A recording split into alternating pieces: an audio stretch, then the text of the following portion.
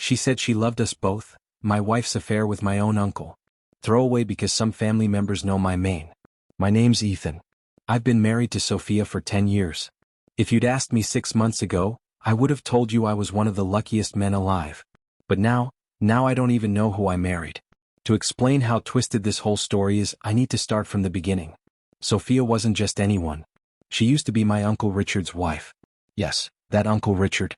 The man's a household name in our state, a polished, wealthy, untouchable politician in his late 50s. When he married Sophia, she had just turned 30. It was the event of the year, luxury hotel, champagne fountains, media coverage. My whole family was invited. That was the first time I saw her. And I swear to God, it was like someone had punched me in the chest. I couldn't eat, couldn't sleep. Every time she laughed across the reception hall, I felt it in my bones. But she wasn't mine. She was my uncle's. I told myself it was just infatuation. But it didn't fade. I followed her career, her appearances with my uncle, everything. I became obsessed. For 5 years I carried that fire and then, miraculously, she left him. She said she was tired of being the politician's arm candy. That's when I made my move. I courted her like a madman, flowers, letters, endless declarations of love. She resisted at first, but eventually she said yes. You're different from him, Ethan. You see me, she whispered. And I believed her. We married. Built a life together. 10 years passed in what I thought were blissful marriage years. She gave me passion, fire, intimacy I never thought possible. My family was uneasy about it, but I didn't care. I thought I'd won. Until I found out I was just a pawn in a sick game. It happened on a Wednesday. Totally normal day, or so I thought. Sophia told me she was going to yoga class. That wasn't unusual. She'd been going 2 nights a week for years. I kissed her goodbye, told her to have fun, and stayed home finishing a project. But something gnawed at me. Call it instinct, call it paranoia. My Uncle Richard had just made the news again, campaigning, smiling, the usual slick politician act. And I couldn't shake this feeling, this buzz in my gut. So, I did something I'd never done before. I checked her tablet. She's always been careless about logging out. And there it was. A string of messages. Not just flirty but filthy. Him telling her he missed the taste of her lips, how no one else made him feel that alive. Her replying that she still needed both worlds, that she loved us both. My stomach turned. My Uncle Richard. The man who raised me like a second father when my dad worked long hours. The man I'd admired, envied, resented, and hated all at once. I told myself maybe it was just words. Maybe she was being dramatic. But my chest burned like fire. So I went further. And I found the pictures. Not nudes, he's too careful for that. But blurry late-night selfies in hotel rooms. Sophia without her blouse, hair messy, grinning into the camera. Him half-dressed, smirking like the devil himself. And then one video clip. 10 seconds. Sophia's voice, low and breathless, whispering. Richard, stop if Ethan ever found out, followed by her moan. I dropped the tablet like it was poison. 10 years of marriage, all of it shattered in an instant. She wasn't mine. She was never mine. I was the shadow she crawled into when she was done with him. I sat in the dark for hours, trembling, sweating, replaying that whisper in my head. If Ethan ever found out. Well, I had found out. And there was no going back. I didn't wait long. I couldn't. By the time Sophia walked in later that night, hair still damp from a shower she didn't take at yoga, smelling faintly of cologne that wasn't hers, I was already sitting at the kitchen table with her tablet in front of me. Sit down, I said. My voice was low but sharp enough to slice glass. She froze. Ethan? What's wrong? I didn't answer. Just turned the screen toward her. The messages. The photos. The 10-second video clip. Her face went white, then red, then crumpled like paper. She covered her mouth, shook her head. It's not what it looks like. I laughed. Actually laughed like a man who'd finally lost his mind. Not what it looks like. He's my uncle, Sophia. Richard. You've been sneaking around with him this whole time. She dropped to her knees right there on the tile floor, tears streaming. Ethan, please listen to me. It wasn't planned. I didn't mean for it to happen. That night after your uncle's campaign dinner, he was drunk, I was lonely. Don't, I snapped. Don't you dare try to spin this as an accident. 10 years. 10 years you've been crawling into my bed after leaving his. She shook her head wildly, hands clutching at my legs. No, not 10 years. It wasn't always like that. It's complicated. I love you. I love him. I swear to God, Ethan, I didn't want to hurt you. You love us both? I spat the words like poison. Do you have any idea how pathetic that sounds? Her sobs echoed through the kitchen. She was begging, trembling, promising it was just physical, that Richard pressured her, that she tried to stop. Every sentence was another knife in my back. Finally, I stood up, pushing her hands off me. Get off the floor. You're not the victim here. You lied. To me. To everyone. She looked up, mascara streaked, her voice breaking. Ethan, please don't leave me. Please. I'll stop. I'll cut him off. I'll do anything. Just don't give up on us. But in that moment, all I saw was filth. All I heard was betrayal. And deep down, I knew, no matter how much she begged, nothing could ever scrub this clean. I didn't sleep that night. I sat on the couch in the dark while Sophia cried herself to sleep in the bedroom we used to share. Every sound she made, every sniffle, every gasp, made me feel like my chest was being crushed. Shock was the first wave. I kept staring at the ceiling, replaying every moment of our life together. 10 years of memories, her smile at our wedding, the way she held me when I thought my career was falling apart, Sunday mornings with coffee and music, suddenly poisoned. Was all of it fake? Then came anger. The kind that burns hot, makes your hands shake. I thought about Richard, my uncle, the man I once admired. He took me to my first baseball game. He gave me advice when I was nervous before job interviews. And now, he'd been sleeping with my wife. For years. I wanted to drive to his mansion and rip his smug face off his skull. But the worst wave wasn't rage. It was sadness. Crushing, suffocating sadness. Because despite everything, a part of me still loved her. That was the cruelest part. I wanted to hate her completely, to burn the bridge and never look back, but my heart wouldn't shut off overnight. For a couple of weeks I tried. Tried to believe her sobbing promises that she'd end it with Richard, that she'd do counseling, that she'd spend the rest of her life making it up to me. She cooked dinners, left notes on the fridge, followed me around the house like a ghost begging for attention.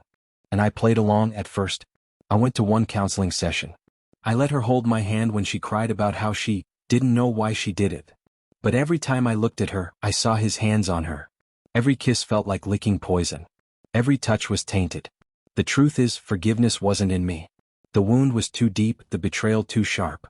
One morning I woke up and realized I wasn't healing. I was rotting from the inside out.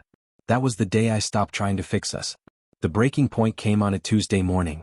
I was leaving for work when my phone buzzed with a text from an unknown number. Against my better judgment, I opened it. It was a photo of Sophia and Richard. At a restaurant. Her hand on his. Timestamp?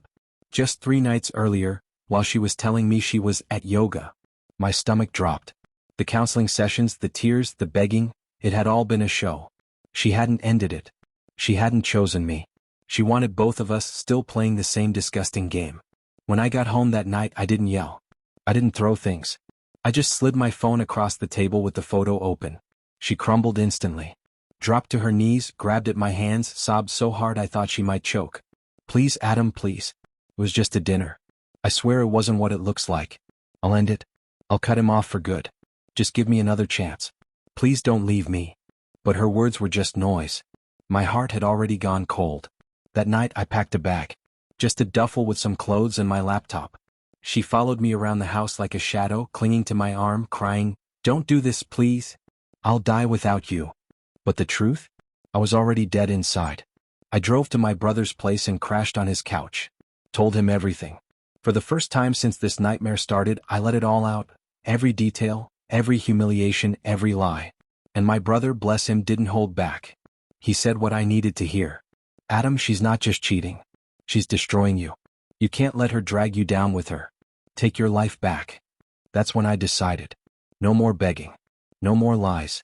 No more trying to forgive the unforgivable. It was over. And I wasn't just going to walk away, I was going to make sure she and Richard felt the burn of what they'd done. When I finally admitted to myself that it was over, the anger hit me like a freight train. Not the kind that makes you scream into a pillow. The cold, razor-sharp kind.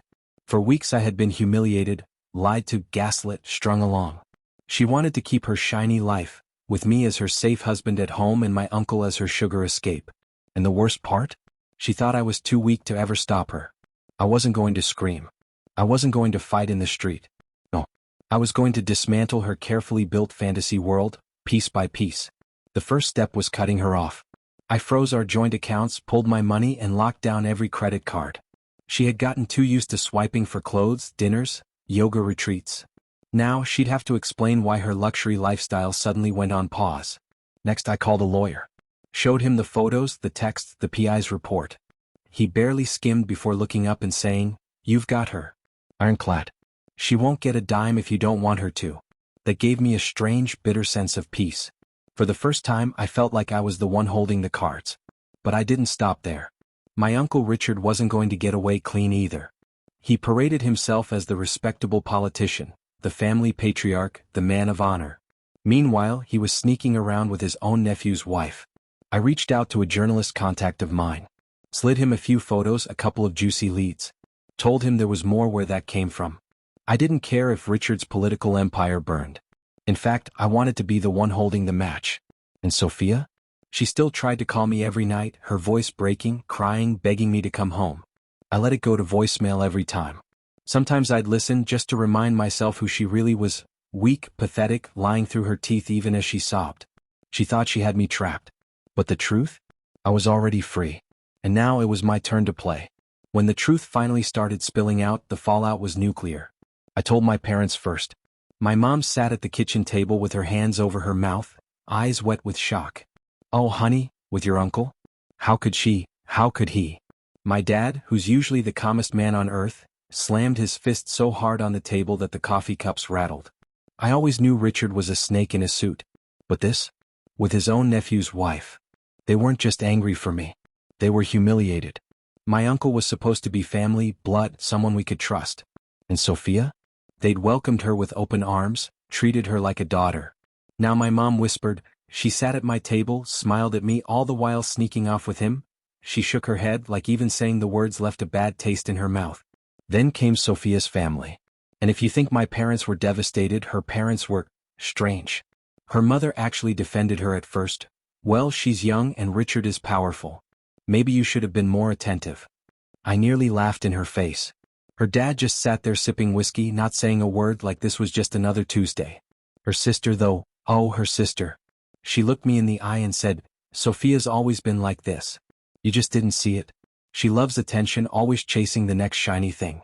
You were the safe bet. Richard was the thrill. Don't think you were the first."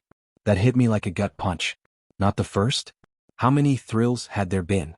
When I confronted Sophia with that later, she broke down again, kneeling on the floor, grabbing at my legs, sobbing, "Please, it wasn't like that. I love you, I love him too, but it's different. He gives me power, but you give me safety. Don't make me choose, I can't lose either of you."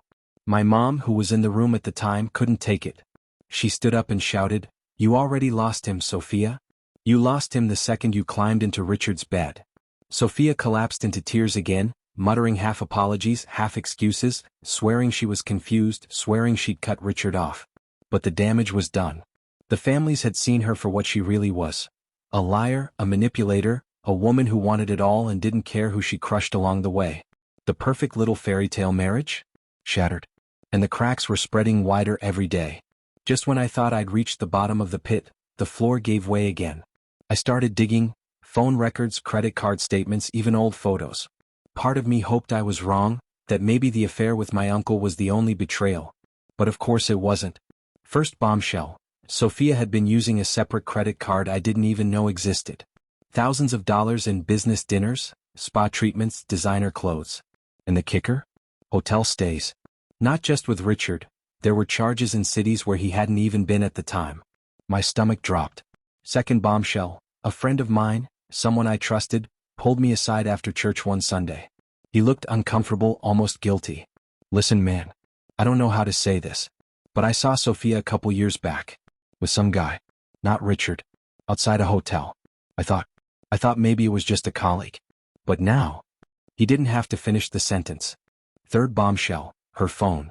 I finally cracked her passcode one night while she was sobbing in the shower, pretending to be repentant. Buried in a hidden folder were pictures, some racy, some just intimate, from nights I thought she'd been traveling with her girlfriends. Men I didn't know. Smiling selfies in hotel beds. My wife, the woman I had worshipped, was living a whole second, hell maybe third, life right under my nose. When I confronted her, she dropped to her knees again, clutching my hands, bawling. "Please, they didn't mean anything. I was lost, I was stupid, it was just attention. You're the one I love, I swear. I'll never do it again, please don't leave me, Please don't tell anyone else. But every excuse sounded thinner. Every tear looked faker. And the more she begged, the colder I felt. Because it wasn't just an affair anymore. It was a pattern. A sickness. A woman who wanted everything. Me, my uncle, strangers, thrills, and thought she could still play the role of loyal wife when she came home. And as the lies unraveled, so did the version of my life I thought I'd been living. It wasn't just betrayal. It was a goddamn fraud. When I finally told my Uncle Richard what I'd uncovered, I expected denial, maybe even anger. What I didn't expect was the smug little smile that crossed his face. We met in his office, the kind of place with polished mahogany walls and photos of him shaking hands with senators. I laid down a few printed photos of Sophia with him and with other men, along with credit card statements. He looked them over casually like I'd just handed him a boring tax report. Then he leaned back in his leather chair and said, "You think you're the only one she fooled? Please." I knew about the others. My jaw literally dropped. "You knew?" He nodded. "Of course I knew. Sophia's, well, let's say she has needs. Needs I can't always meet. Needs you clearly can't either. But as long as she comes back, as long as she plays the role, it doesn't matter." I was speechless. This man, my uncle, my family, the one I had always respected, was sitting there telling me he accepted being one of many. That his wealth and power made him immune to shame. Then he leaned forward, eyes sharp. "You're naive, Michael. You actually thought she'd be faithful? She married you because you're loyal, dependable. She married me because I'm powerful. And she'll keep finding others because that's who she is. If you were smart, you'd learn to look the other way like I do." Hearing those words nearly made me sick. To him, love was a transaction. To Sophia, marriage was a stage play. And I was just a prop in their twisted performance. I stormed out of his office, fists clenched, ears ringing. For the first time, I realized this wasn't just about Sophia anymore. My uncle was complicit. He knew. He accepted it. Hell, he probably encouraged it. And that made the betrayal cut even deeper. Because this wasn't just about losing my wife. This was about losing my family, my respect, my place in a world I thought was solid. Everything felt poisoned. After that meeting with my uncle, something inside me finally snapped. I couldn't eat, couldn't sleep, couldn't think about anything except Sophia's smirk when she lied, and my uncle's calm acceptance of it all. For days I wandered through the house like a ghost. Every corner held memories of her. Her perfume lingering in the closet, her laughter echoing in the kitchen, the indentation of her head on the pillow next to mine. And now every memory felt like a mockery. One night, I sat at the dining table staring at our wedding photos. She looked like an angel in her white dress, eyes sparkling, holding on to me like I was her whole world. And all I could hear were her words when I confronted her. "I love you both. Both." I poured myself whiskey after whiskey, replaying it all. 5 years of chasing her, 10 years of devotion, only to end up as the fool in her love triangle. My mom came by the next morning and found me slumped over the table, bottle half empty, photos scattered everywhere. She put her hand on my shoulder and whispered, "Son, this isn't you. Don't let her destroy you." But the truth was she already had. That was my breaking point. I realized I couldn't keep living like a victim, waiting for Sophia to come home smelling of someone else, waiting for my uncle to smirk in my face again. If they wanted to treat me like I was nothing, I was going to show them I was something.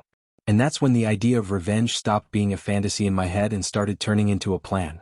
Revenge didn't come to me like a movie plot. It was quieter, slower, sharper, like a blade I honed in the dark. I wasn't going to scream in Sophia's face again. I wasn't going to beg for explanations or cry over photos. No, I was going to make her choke on the life she thought she had.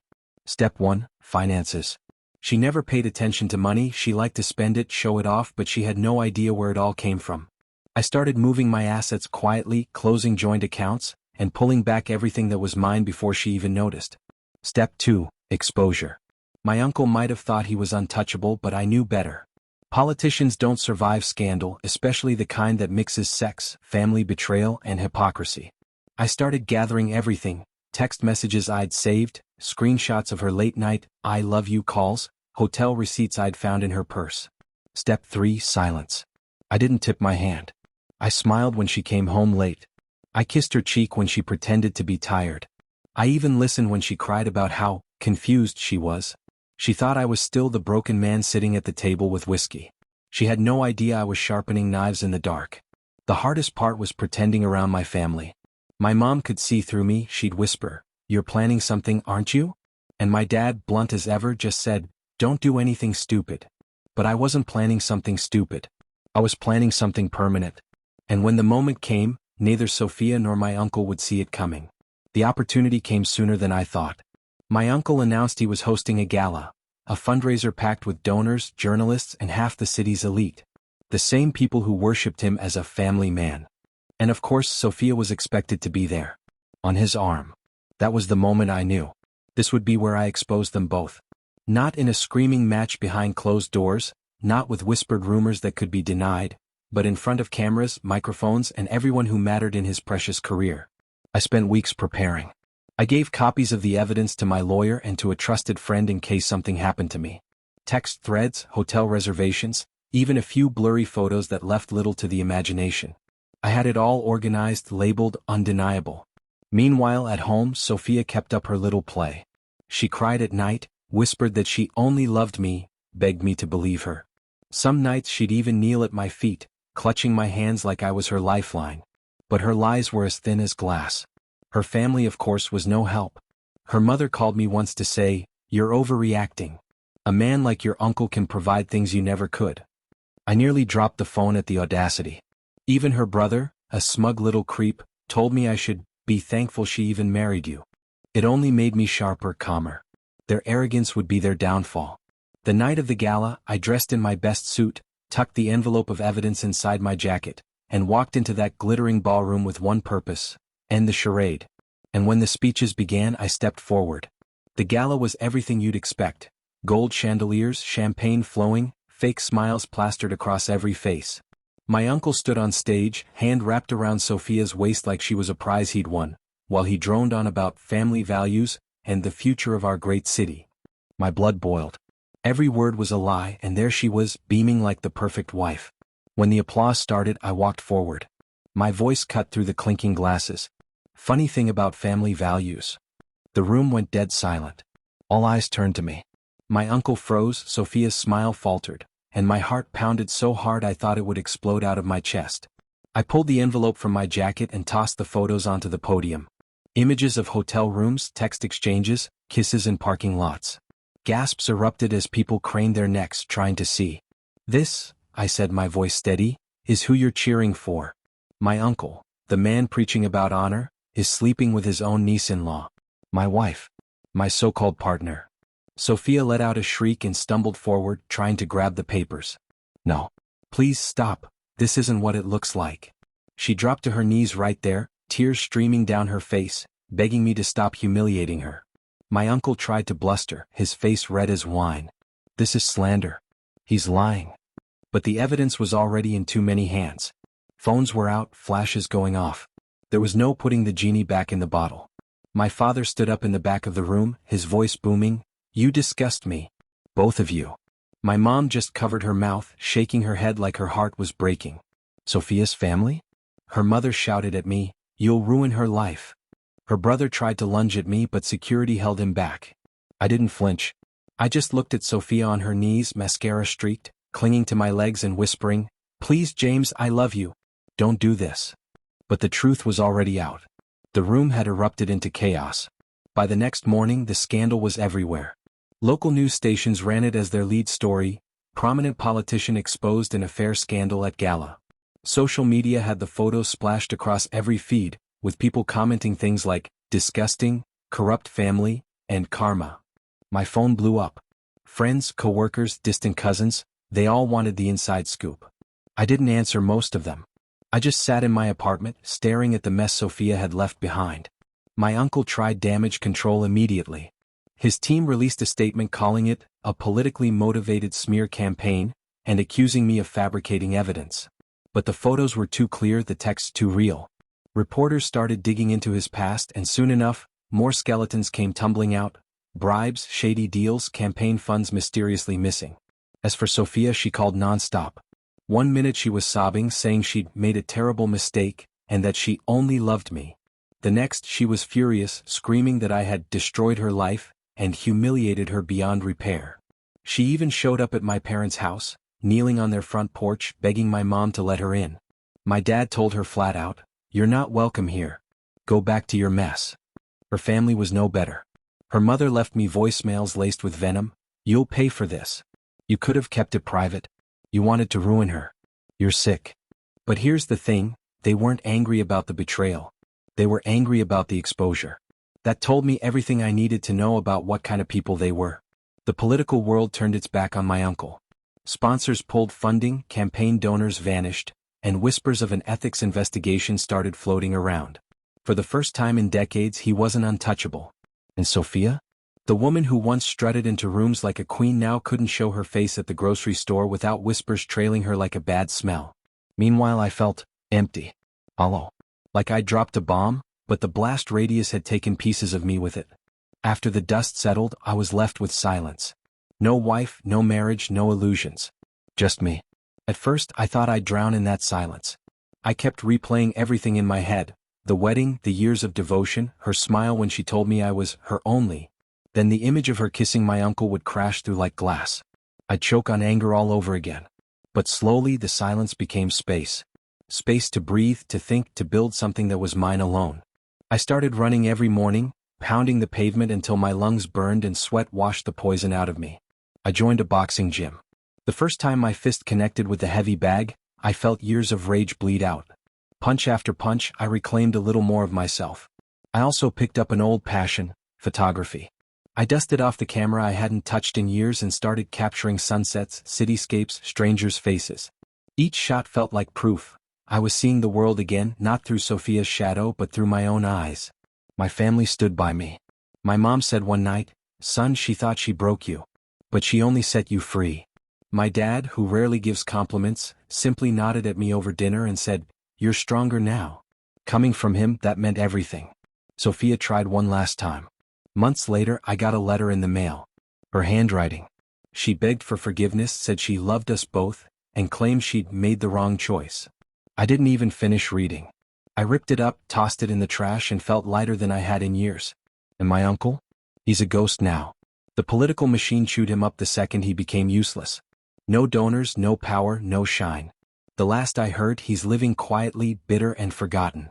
As for me, I travel. I take photos. I train hard. I laugh again. I sleep without waking in a cold sweat. Here's what I've learned. A betrayal isn't the end, it's a brutal kind of freedom. Revenge doesn't have to be loud. Sometimes the truth is enough. And most importantly, you're more than the lies someone told you to keep you small. Sophia thought I'd crumble. My uncle thought I'd stay silent. Instead, I stood up, exposed them, and walked away with my dignity intact. Now, I'm not just surviving, I'm living. And if you're in the same place I was, don't beg, don't shrink, don't let them convince you you're not enough. Let the truth set you free, then build a life so good they can't stand to look at it. I have many other stories. Go to my channel, subscribe so you don't lose us. Give me a thumbs up.